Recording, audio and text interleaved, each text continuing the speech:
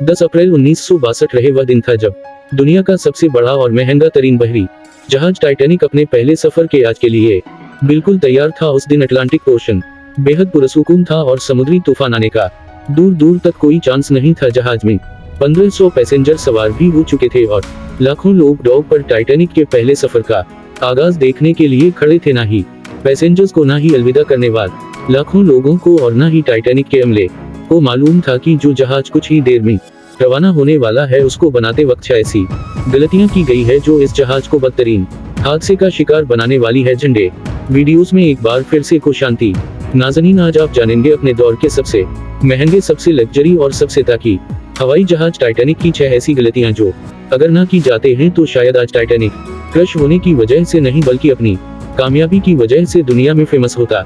आखिर ऐसी कौन सी 6 गलतियां थी? तो 40 साल एक्सपीरियंस रखने वाले टाइटैनिक के कैप्टन एडवर्ड स्मिथ को भी नजर नहीं आए। कैप्टन के 40 साल के एक्सपीरियंस को तो छोड़े ही यह गलतियां टाइटैनिक ऑपरेट करने वाली कंपनी इतनी व्हाइट स्टार लाइन जिसको 107 शिप ऑपरेट करने का एक्सपीरियंस था उनको भी नजर नहीं आए। और यह गलतियां टाइटैनिक मैन्युफैक्चर करने वाली कंपनी हार्ले एंड वोल्व को भी नजर नहीं आई, जिन्होंने सिर्फ टाइटैनिक से पहले ही 500 से ज्यादा टिप मैन्युफैक्चर की थी। टाइटैनिक के कंस्ट्रक्शन 1997 में शुरू हुई थी और तकरीबन 3 साल का वक्त और 2 सफर वर्कर्स की मेहनत के बाद जहाज को तैयार कर लिया गया। अब जहाज पूरी तरह से तैयार हो चुका था, लेकिन इसको टेस्ट करने का फैसला भी बाकी था।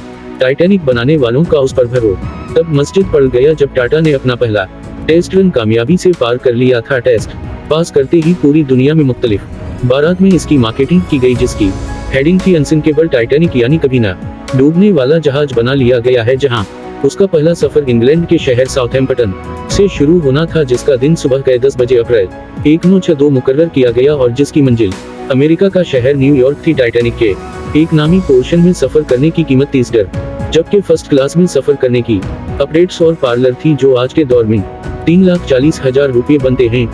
मार्केटिंग के नतीजे में यकायक सारी टिकट्स बुक कर ली गई और आखिरकार वह दिन आ ही गया जब टाइटैनिक अपने पहले सफर का आगाज करने वाली थी। मिस्टेक नंबर 1 दोपहर को ठीक दोपहर के 12 बजे टाइटैनिक ने अपने पहले सफर का आगाज कर दिया और साथ ही घने की गलतियां सामने आना शुरू हो गए। कैप्टन स्मिथ को मिकान की तरफ से डेडलाइन मिल चुकी थी कि किसी भी सूरत में 17 अप्रैल तक जानी सिर्फ 7 ही दिनों में न्यूयॉर्क पहुंचना है।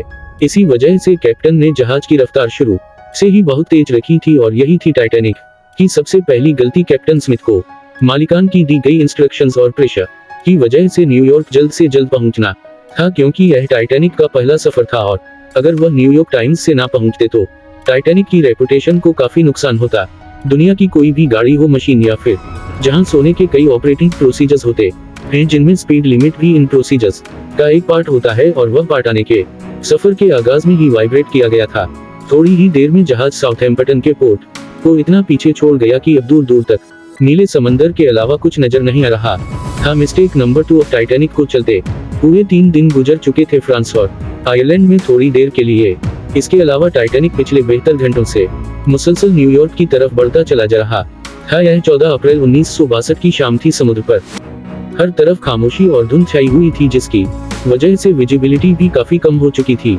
उसी रात एक और बाहरी जहाज जो कि टाइटैनिक से कुछ घंटे ही आगे था, उसके कैप्टन ने वायरलेस पर टाइटैनिक को समंदर पर तैरती हुई चट्टानें यानी आइसबर्ग के बारे में वार्निंग दी थी। एक्सपर्ट्स का मानना है कि यह वार्निंग कम से कम भी 6 बार दी गई थी, लेकिन वाले ऑपरेटर्स की कोताही की वजह से इंतहाई इंपॉर्टेंट वार्निंग इनसे मिस हो गई। उनके लिए शायद यह नॉर्मल बात थी, लेकिन यही थी टाइटैनिक के हमले की दूसरी हल्दी, क्योंकि टाटा ने अपने तरह का पहला लग्जरी जहाज था और इसमें कई वीआईपी आज भी मौजूद थे। इसी वजह से ज्यादातर हटाने का मामला फर्स्ट क्लास पैसेंजर्स की खिदमत में मशहूर था। अगर इन मॉर्निंग उसको सीरियस लिया जाता तो आगे का पूरा सीन ही अलग होता।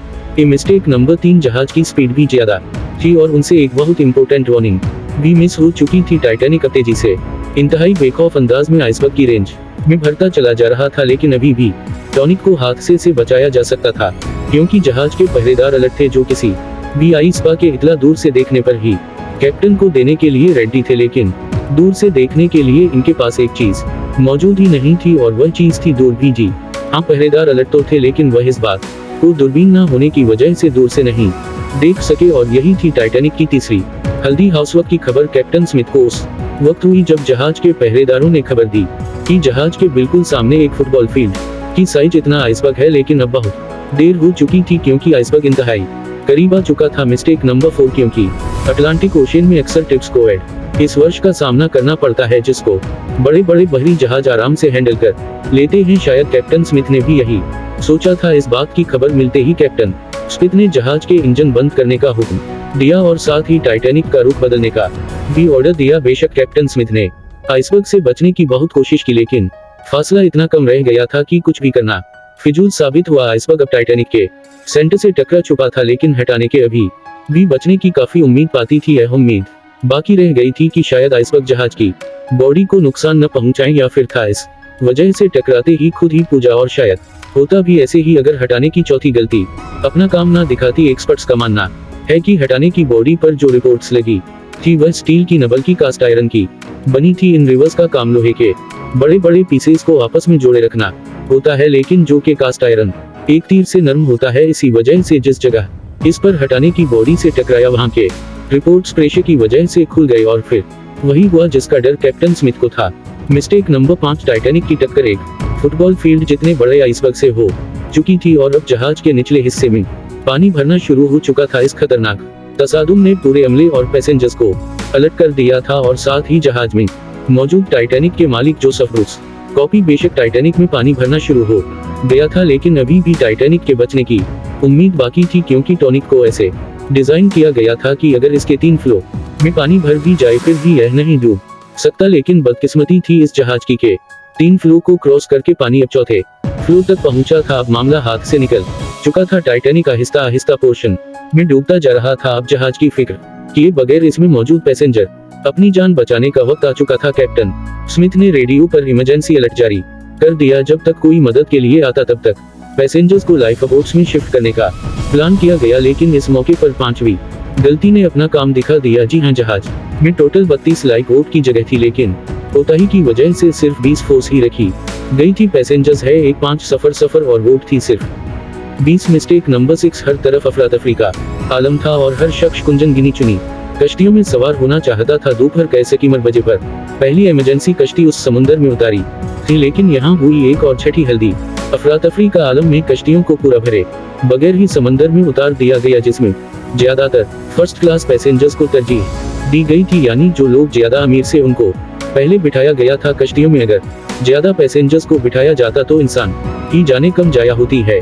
मैं आज तेजी से समुद्र में डूबता जा रहा था। सुबह के 2:18 पर शॉर्ट सर्किट की वजह से हटाने की सारी रोशनियां बुझ गई थी और अगले ही लम्हे जहाज टूटकर 2 हिस्सों में तकसीम हो गया। यूं टाइटैनिक को समंदर के अंदर मुकम्मल तौर पर डूबने के लिए 2 घंटे 40 मिनट लगे, और इस तरह 15-16 लोग अटलांटिक ओशियन के ठंडे पानी में डूबकर मर गए। आपको एक और बात थी बताते चलें कि पानी का टेम्परेचर उस वक्त 2 डिग्री सेंटीग्रेड था। मतलब अगर पैसेंजर्स इस ठंडे पानी में छाला भी लगाते तो बचने का कोई चांस नहीं था, क्योंकि इंसान इतने कम टेम्परेचर में 30 मिनट से ज्यादा जिंदा नहीं रह सकता। कहा जाता है कि मरने वालों की तादाद 1500 से भी काफी ज्यादा थी, क्योंकि जिन लोगों की जहाज के हमले से जान पहचान थी है उनमें से काफी लोग जहाज पर बगैर टिकट सवार हुए थे। जिंदा बच जाने वालों में सबसे ज्यादा तादाद बच्चियों और हवातीन की थी। दूसरी तरफ कैप्टन स्मिथ आज सारा वक्त लोगों की दो हंसाने में लगा रहा, और वह आखिरी आदमी था जिसने डूबते जहाज से छलांग लगाई थी। उम्मीद है जब टीवी की यह वीडियो भी आप भरपूर लाइक और शेयर करेंगे आप लोगों के प्यार भर